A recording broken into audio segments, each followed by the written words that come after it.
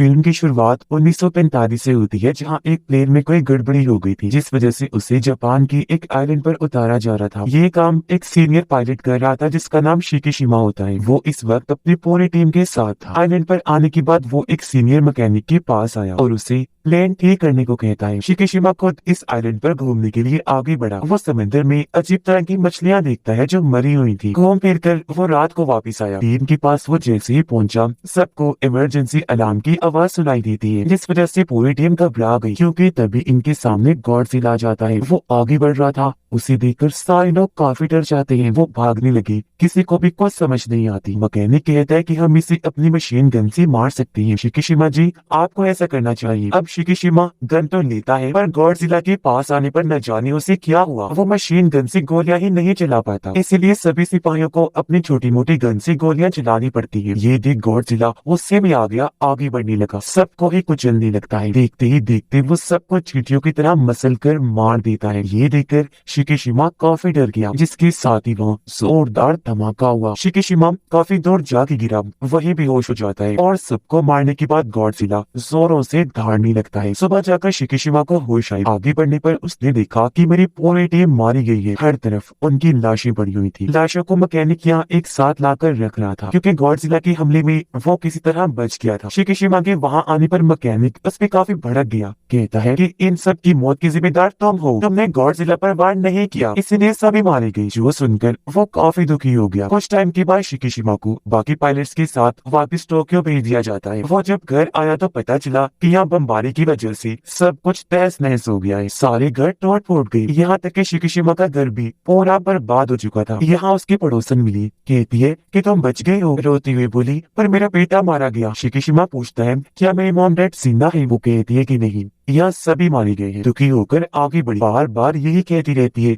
कि हमारी किस्मत ही खराब है, जिसमें हमारे साथ ये सब हो गया। शिकीशिमा जब आगे बढ़ा तो पुलिस एक औरत के पीछे पड़ी हुई थी। उसने हाथ में बच्चा उठाया हुआ था। औरत जब भाग रही थी तो वो उसके सामने आ गया। तब औरत शिकीशिमा को वो बच्ची पकड़ाकर वहाँ से भाग जाती है। वो जब थोड़ा आगे बढ़ा तो वही औरत उसके पास आई। शिकीशिमा उसे पूछता है कि तुम कौन हो? वो बताती है कि मेरा नाम नोरी है, ये बच्चे मुझे एक जगह पर मिली थी, मैंने इसे ले लिया क्योंकि इसके मॉम डैड भी धमाके में मारे गए। ये सुनकर शिकीशिमा कहता है ठीक है, और बच्ची उसे पकड़ाकर आगे बढ़ने लगा। नोरी भी उसके पीछे पीछे जाने लगी। कहती है कि तुम हमें इस तरह अकेले नहीं छोड़ सकती। रात के वक्त ये लोग शिकीशिमा के घर के पास गए। नोरी बताती है कि मेरा इस दुनिया में कोई नहीं है, और सच बात तो ये है कि इस बच्चे की मॉम ने इसे मेरे हवाले कर दिया था, ये कहकर कि अगर मुझे कुछ भी हुआ तो इसे तुम पाल लेना। जो सुनकर शिकीशिमा काफी खुश हो गया। कहता है कि तुम बहुत अच्छे इंसान हो जो इस छोटी सी बच्ची को पाल रही हो। अगले दिन काम की तलाश में शिकीशिमा आगे बढ़ा। पड़ोसन उससे पूछती है कि वो औरत और बच्ची कौन है। शिकीशिमा जवाब देता है कि मुझे नहीं पता, वो मेरे पीछे आ गई थी, हमारी तरह वो भी बेघर और लाचार है। पड़ोसन फिर पूछती है कि वो बच्ची हर वक्त क्यों रोती रहती है, क्या उसकी मॉम उसे दूध नहीं पिलाती, कोई चीज नहीं खिलाती? शिकीशिमा कहता है कि वो उस औरत नोरी की बच्ची नहीं है। ये सुनकर पड़ोसन को बच्ची पर तरस आ गया। वो उसे दूध पिलाती है, ये उसे शुक्रिया अदा कहती है और एक साथ ही रहने लगी। 1 साल तक सब ऐसे ही चलता रहा। एक दिन शिकीशिमा कहता है कि मुझे गवर्नमेंट की एक नौकरी का खत मिला है, जिसमें मैंने समंदर की गहराइयों में मिशन करने जाना है। दरअसल मेरा काम वहाँ बॉम्ब्स को ढूंढकर उन्हें खत्म करना है, जो माइंस खुदाई करके वहाँ लगाए गए हैं। वो दूसरी जंग के दौरान अमेरिका और जापान ने लगवाए थे वहाँ। नोरी कहती है मगर ये काम काफी खतरनाक लग रहा है। शिकीशिमा कहता है कि हाँ है तो खतरनाक, लेकिन इसके बदले हमें बहुत सारा पैसा मिलेगा, जिससे हम जिंदगी में आगे बढ़ सकते हैं, बहुत खुश रहेंगे, जो बच्चे के लिए बहुत जरूरी है। नोरी कहती है मगर मैं तुम्हें मरने नहीं देना चाहती। शिकीशिमा कहता है पर मुझे कुछ नहीं होगा, क्योंकि गवर्नमेंट हमें काफी अच्छी हथियार और कश्तियाँ दे रही है। पर अगले दिन शिकीशिमा जब काम पर गया तो उससे पता चला कि गवर्नमेंट ने इनके साथ बस झूठ बोला है, क्योंकि इन्हें बस आम से हथियार और कश्तियां दी जा रही। यहाँ शिकीशिमा की मुलाकात डॉक्टर से भी हुई, जो इस पूरे मिशन के हेड थी। डॉक्टर उसे भी कश्तियों के बारे में सारी बात समझा दी था। डॉक्टर के लोग एक माइन बॉम्ब को ढूंढकर उस पर निशाना लगा रही थी। कई बार शूट करते ही, लेकिन उनका निशाना ठीक नहीं लग रहा था, हमेशा चूक जाता था। मगर जब शिकीशिमा निशाना लगाता है तो वो आसानी से ही माइन बॉम्ब को फोड़ देता है, जो देखकर डॉक्टर काफी खुश हो गया। रात को शिकीशिमा को वही सपना आया जिसमें गॉडजिला उसके साथियों को कुछ जलता हुआ आगे बढ़ने लगता है। ये भयानक सपना देखकर शिकिशिमा चौंक कर उठ जाता है। अपने साथियों की मौत पर काफी दुखी होने लगा। नोरी उसे पानी पिलाती है। शिकिशिमा बताता है कि मुझे ऐसे भयानक सपने आते रहते हैं, उम्मीद करता हूँ कि जल्द मैं ये सब भूल जाऊँ। वो काफी दुखी होने लगा। तब नोरी उसे संभालती है। अब एक आइलैंड पर न्यूक्लियर धमाका हुआ जो अमेरिका ने करवाया होता है। फिर ऐसे वक्त गुजरता गया जहाँ शिकिशिमा अपनी टीम के साथ और भी कई सारे बॉम्ब्स को तबाह कर देता है और हंसी खुशी नोरी और बच्चे के साथ रहने लगता है। ये लोग अपना घर भी बना देते हैं जहाँ शिकिशिमा अपने पूरे टीम को लाया। नोरी सबके लिए खाना बनाती है। सब काफी खुश हुए। उन्होंने तारीफ की, कहती है भाभी खाना बहुत मजे का बना है। ये सुनकर नोरी कहती है मैं शिकिशिमा की वाइफ नहीं हूँ। जो सुनकर पूरी टीम काफी चौंक जाती है। तब शिकिशिमा उन्हें बताता है कि धमाके की बात से ही ये मेरे साथ रह रही है क्योंकि इसका मेरी तरह कोई भी नहीं है और ये बच्चे भी हम दोनों की नहीं है। जिस पर टीम कहती है कि आप दोनों को शादी कर लेनी चाहिए। एक दिन नोरी शिकिशिमा को कहती है कि मुझे एक जगह पर नौकरी मिली है, मैं जल्द ही अपने पैरों पर खड़ी हो जाऊंगी और बच्चे को पड़ोसन संभाल लेंगी। मेरी उनसे बात हो गई है। जिस पर शिकिशिमा भी मान जाता है। अब बताया गया कि अमेरिका जगह जगह न्यूक्लियर हमले करवा रहा है, जिसका उल्टा असर ये हुआ कि गॉडजिला और ज्यादा बड़ा, खतरनाक और ताकतवर बन गया है और अब वो जापान की तरफ बढ़ रहा था। अब ये टीम जब आगे बढ़ी तो इन्हें वो शिप बर्बाद हुई नजर आई जो 1945 में गॉडजिला की हमले से बर्बाद हुई थी। ये देखकर टीम काफी चौंक गई। वो सोचते हैं कि ये काम भला कौन सा जानवर कर सकता है जो इतना बड़ा था। तब शिकिशिमा बताता है कि ये गॉडजिला ने किया था क्योंकि वहाँ उसे मरी हुई मछलियां नजर आ जाती है। वो बताता है कि जब भी गॉडजिला ऊपर आने वाला होता है तब वो नीचे के जानवरों को मार कर ऊपर भेज देता है। ये चीज मैंने एक आइलैंड पर देखी थी। अब अचानक कई सारी बड़ी मरी हुई मछलियां शिप के चारों तरफ फैल जाती हैं। जो देख शिकिशिमा काफी घबरा गया क्योंकि समझ गया था कि यहाँ पे गॉडजिला आ रहा है। वो डरते हुए कहता है कि हमें यहाँ से जल्द निकलना चाहिए। जिसके साथ ही गॉडजिला पानी से बाहर आ जाता है। वो इनकी शिप के पीछे लग गया था और ये लोग तेजी से आगे बढ़ रहे थे। शिकिशिमा और डॉक्टर एक काफी बड़ा बॉम्ब पानी में फेंकते हैं जो गॉडजिला से जा टकराता है। इन्होंने कई सारे धमाके किए पर गॉडजिला का जिस्म इतना मजबूत था कि इन धमाकों का उस पर कोई असर नहीं होता, बल्कि अब वो अपना मुंह भी बाहर निकाल कर आगे बढ़ने लगता है। ये लोग एक और बॉम्ब पानी में फेंकते हैं लेकिन बॉम्ब को फोड़ने वाली तार ही कट हो जाती है। इसीलिए शिकिशिमा ऊपर आकर मशीन गन से गॉडजिला के मुंह में कई सारे शॉट्स करता है जिससे वहाँ धमाके होने लगे और गॉडजिला के मुंह का एक हिस्सा तबाह हो जाता है। लेकिन अचानक ही खुद ब खुद हील होकर ठीक हो जाता है और अब वह पूरा उठ खड़ा हुआ। इससे पहले शिप पर हमला करता तभी दूसरी साइड से जापान की आर्मी आकर अंधाधुंध गॉडजिला पर हमले करने लगती है जिससे वो काफी गुस्से में आ गया। शिप के नीचे से जाकर हमला कर देता है। पूरी शिप को पलटने लगा मगर वो लोग अभी भी नहीं रुकते, बार बार उस पर वार करती रहती है जिससे गॉडजिला भी जख्मी हो गया पानी में चला जाता है और अब वो खतरनाक लहरें छोड़कर शिप को पलट के ही रख देता है। फिर पानी से बाहर आकर जोर से दौड़ने लगा। शिकिशिमा की टीम काफी डर जाती है और अब वो वापिस से पानी में चला जाता है। इस हमले में शिकिशिमा भी काफी जख्मी हो गया। वो जब घर आया तो नोरी उसे देखकर काफी परेशान हो जाती है। कहने लगी कि तुमने इतने सालों से हमें संभाल रखा है पर आज तक नहीं बताया कि तुम इतने परेशान क्यों रहती हो। शायद तुम मुझे अपनी जिंदगी का हिस्सा नहीं समझती और अगर तुम अपने दुखों को सुनाकर बांट लोगे तो वो तुम्हें कम लगेंगी। तब शिकिशिमा बताता है कि 1945 की मेरी गलती की वजह से सारी टीम मारी गई। मुझे मशीन गन से गॉडजिला को मारना था लेकिन मैं काफी डर गया। हमला मुझसे हुआ ही नहीं, इस वजह से गॉडजिला ने मेरी पूरी टीम को मार दिया। ये सुनकर नोरी उसे संभालती है कि देखो जो किस्मत में लिखा है वो होकर ही रहता है और जिसे जिंदा रहना है वो किसी भी हालत में नहीं मरेगा। शिकिशिमा कहता है मैं हर रोज ये चीजें याद करके मरता हूँ, काश मैं भी उनके साथ उसी आइलैंड पर ही मर जाता। नोरी फिर उसे समझाती है कि देखो अगर आज तुम जिंदा हो तो जरूर तुम्हारी जिंदगी का कोई बड़ा मकसद बाकी। उधर समंदर में गॉडजिला फिर से आ गया जो अब एक शिप की तरफ बढ़ने लगता है। वो टीम भी गॉडजिला पर अंधाधुंध हमले करने लगती है। घर में शिकिशिमा बच्चे के साथ था जहाँ अचानक इमरजेंसी अलार्म बजने लगता है। रेडियो में बताया जा रहा था कि गॉडजिला ने एक शहर पर हमला कर दिया है। जो सुनकर शिकिशिमा को नोरी के लिए काफी फिक्र होने लगी क्योंकि वो भी उसे शहर में ही नौकरी के लिए गई, जबकि उस शहर में गॉडजिला तबाही मचाता हुआ आगे बढ़ने लगता है। इस वक्त नोरी एक ट्रेन में बैठी गॉडजिला को देख रही थी और अब वो उस ट्रेन पर ही हमला करके पूरी ट्रेन को ही उठा देता है। वह नोरी वाले ट्रेन के डब्बे को मुंह में लेकर चबाने लगता है। नोरी काफी डर गई जो एक जगह लटकी हुई थी और अब वो अपनी जान बचाने के लिए पानी में कूद पड़ती है। यहाँ कुछ रिपोर्टर्स गॉडजिला की रिपोर्टिंग कर रहे थे उसकी वीडियो बनाकर। उन्हें वो देख चुका था और अब गॉडजिला उनकी तरफ बढ़ने लगा, लेकिन वो फिर भी वहाँ से नहीं हटी। गॉडजिला वहाँ आकर मुक्के से उस पूरे टावर को तबाह कर देता है। वो टूट गया, जिससे सारे रिपोर्टर्स मारी जाती है। नोरी जब भाग रही थी तो यहाँ शिकिशिमा आ गया और अब ये दोनों सारे लोगों के साथ भागने लगती है। गॉडजिला भी उनके पीछे पीछे ही था, जहाँ आर्मी उस पर टैंक से हमले कर रही। उसे गुस्सा आ गया और अब गॉडजिला की पंख और पीठ से नीले रंग की रोशनी निकलने लगती है, जिसके साथ ही वो खतरनाक शुआएं लहरें बाहर निकालने लगता है। ऐसा होते ही वहाँ जोरदार कई सारे धमाके होने लगे, जो वहाँ के सभी लोगों और बिल्डिंग्स को अपनी लपेट में लेने लगी। शिकिशिमा को इससे बचाने के लिए नोरी उसे धक्का दे देती है और इस हमले की तबाही को अपने ऊपर ले लेती है। कुछ देर के बाद शिकिशिमा जब बाहर आया तो उसे नोरी समेत दूर दूर तक कोई भी दिखाई नहीं देता। हर चीज तबाह बर्बाद हो चुकी थी और अब नोरी की मौत की वजह से शिकिशिमा काफी दुखी हो जाता है और फूट कर रोने लगा। यहाँ गॉडजिला चिल्लाते धाड़ते हुए आगे बढ़ने लगता है। उसे देखकर शिकिशिमा को भी गुस्सा आ गया। वो भी बदला लेने के लिए धाड़ने लगता है। शहर में सारे लोग हर तरफ फैली तबाही को देखकर काफी परेशान हो जाते हैं और अब से फिर गॉडजिला पर ये लोग रिसर्च करने लगे। घर आकर शिकिशिमा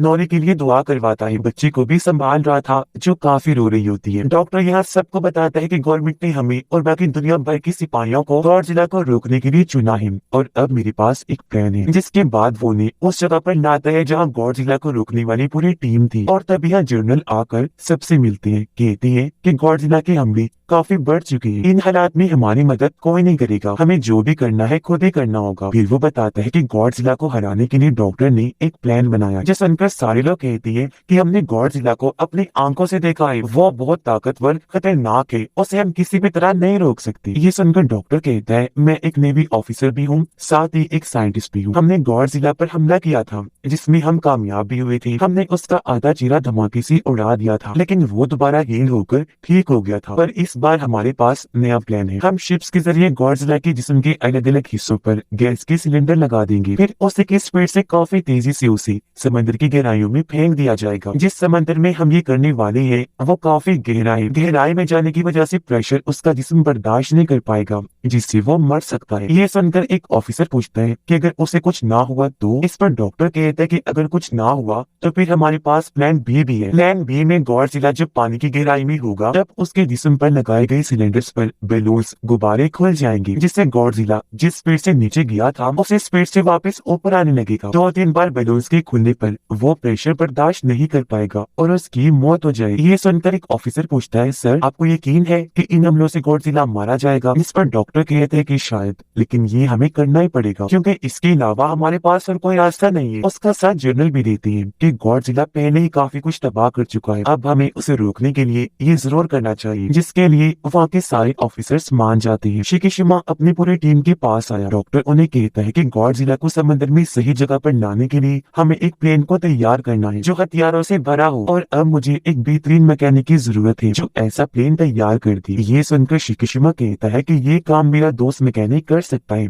मैं उसे ढूंढ कर लाऊंगा। और अब शिकिशिमा उसे काफी ढूंढ कर आखिर उसके घर गया जहाँ मैकेनिक उसे मिल भी जाता है, लेकिन वो आज भी उसे काफी बातें सुनाता है कि तुम्हारी वजह से 1945 में हमारी पूरी टीम मारी गई थी। शिकिशिमा कहता है हाँ मैं जानता हूँ, लेकिन अब मुझे अपनी गलती सुधारने का एक मौका मिला है जिसमें मुझे तुम्हारी मदद चाहिए। गॉडजिला को मारने के लिए हमें एक प्लेन चाहिए जिसे तुम्हें तैयार करना होगा। इससे हमारे गवर्नमेंट और आर्मी की भी हम मदद कर सकते हैं, साथ ही करोड़ों लोगों की भी जानें बचा सकते हैं। जिसके लिए वो मैकेनिक मान गया। वो शिकिशिमा के साथ उस जगह पर आया जहाँ उसने प्लेन तैयार करनी थी। वो आगे बढ़ा, अपने काम पर लग जाता है प्लेन को तैयार करने में। उधर डॉक्टर ने भी कई सारे हथियार और गैस सिलेंडर तैयार करवा लिए थे। कुछ ही दिनों में प्लेन भी तैयार हो जाती है। कुछ दिन के बाद शिकिशिमा बच्चे से आकर मिला जहाँ उसने एक पेंटिंग बनाई हुई थी जो कागज वो शिकिशिमा को देती है। जो देख वो कहता है कि बेटा इस पेंटिंग में तुम काफी दुखी लग रही हो, क्या बात है? इस पर वो कहती है कि जी क्योंकि मुझे मोम बहुत याद आ रही है। जो बताकर वो रोने लगी। उसे देखकर शिकिशिमा को भी काफी दुख हुआ। वो बच्ची को संभालता है। फिर जैसे ही रात हुई वो एक खत लिखकर बच्ची के पास रखता है और उसे सुलाकर वहाँ से चला जाता है। वो आकर मैकेनिक से मिला जिसने और भी कई सारे प्लेन्स तैयार कर लिए थे। एक प्लेन में शिकीशिमा बैठ गया। तब मैकेनिक उसे बताता है कि मैंने इसमें भी बॉम्ब, हथियार और गैस सिलेंडर लगा दिया है, तुम्हें बस इस प्लेन को और इसके बटन्स को अच्छे से इस्तेमाल करना होगा। 1945 में गॉडजिला ने कुचलकर तुम्हारे सभी साथियों को मार दिया था, पर आज तुम उसे मारकर अपना बदला जरूर लेना। जिस पर शिकीशिमा कहता है कि हाँ, मैं ऐसा करूंगा जरूर। वो फिर बच्चे की बनाई हुई पेंटिंग देखने लगा जो इन तीनों की ही थी, और यहाँ वो बच्चे के साथ साथ नोरी को भी याद करने लगता है। अगले दिन बच्ची पड़ोसन के पास आकर उसे शिकीशिमा का खत देती है, जो असल में पड़ोसन के लिए ही था। खत के साथ कुछ पैसे थे। खत में लिखा था कि इन पैसों से बच्ची का ख्याल रखना। जो अधिक पड़ोसन समझ गई कि अब शिकीशिमा जिस मिशन पर गया है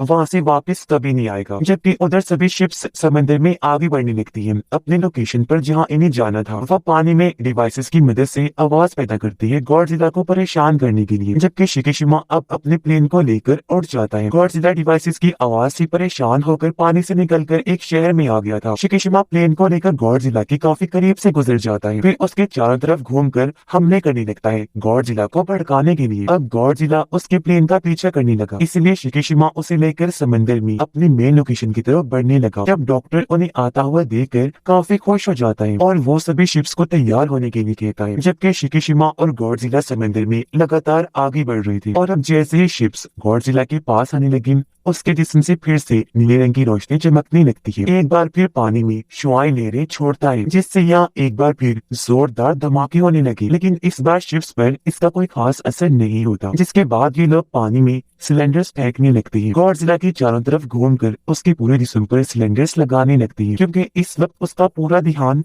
शिकीशिमा के शिप पर ही था। और अभी लोग अपनी शिप्स के जरिए सभी सिलेंडर्स को चला देते हैं, जिसके साथ ही काफी तेजी से गॉडजिला को पानी में डुबो दिया जाता है। उसका जिस्म पानी में 1500 मीटर तक नीचे चला जाता है। फिर अचानक ही वो रुक गया, जो देखकर सभी लोग काफी खुश हो जाते हैं, क्योंकि उन्हें लग रहा था कि गॉडजिला मर गया होगा, लेकिन वो इतनी आसानी से मरने वाला नहीं था। पानी में जाकर भी वो उनकी रस्सियों को खींचने लगता है, जिससे वो भी समझ गई कि वो अभी तक जिंदा है। इसलिए अब वो प्लान बी के मुताबिक सिलेंडर में लगाए गए बलून्स को ओपन करने लगती है, जिससे गॉडजिला एक बार फिर से तेज स्पीड में ऊपर आने लगता है। लेकिन 800 मीटर पर आने के बाद वो रुक जाता है और अब वो उन बलून्स को एक एक करके तोड़ने लगता है। इसीलिए अब रस्सियों को खींचकर गॉडजिला को ऊपर लाने की कोशिश की जाती है। कुछ ही देर में वो ऊपर आ तो गया, पर उसके जिस्म पर एक भी खरोच नहीं आई होती। वो जोर से दहाड़ने लगा, फिर से शुआओं की लहर बनाने की तैयारी करता है। उसका खतरनाक बड़ा सा मुंह देखकर सब लोग काफी डर जाते हैं। अपनी मौत को सभी लोग अपनी आंखों के सामने देख रही थी। वो हिम्मत अब हार चुकी थी, लेकिन अभी भी शिकीशिमा प्लेन में बैठकर आगे बढ़ रहा होता है, जहां उसे अपने मरे हुए साथियों के साथ ही नोरी की भी याद आने लगती है और उसे एक बार फिर बदले का ख्याल आया। इसीलिए अपने प्लेन को लेकर वो गॉडजिला के मुंह में ही घुस जाता है। और अब जैसे प्लेन तबाह हुआ,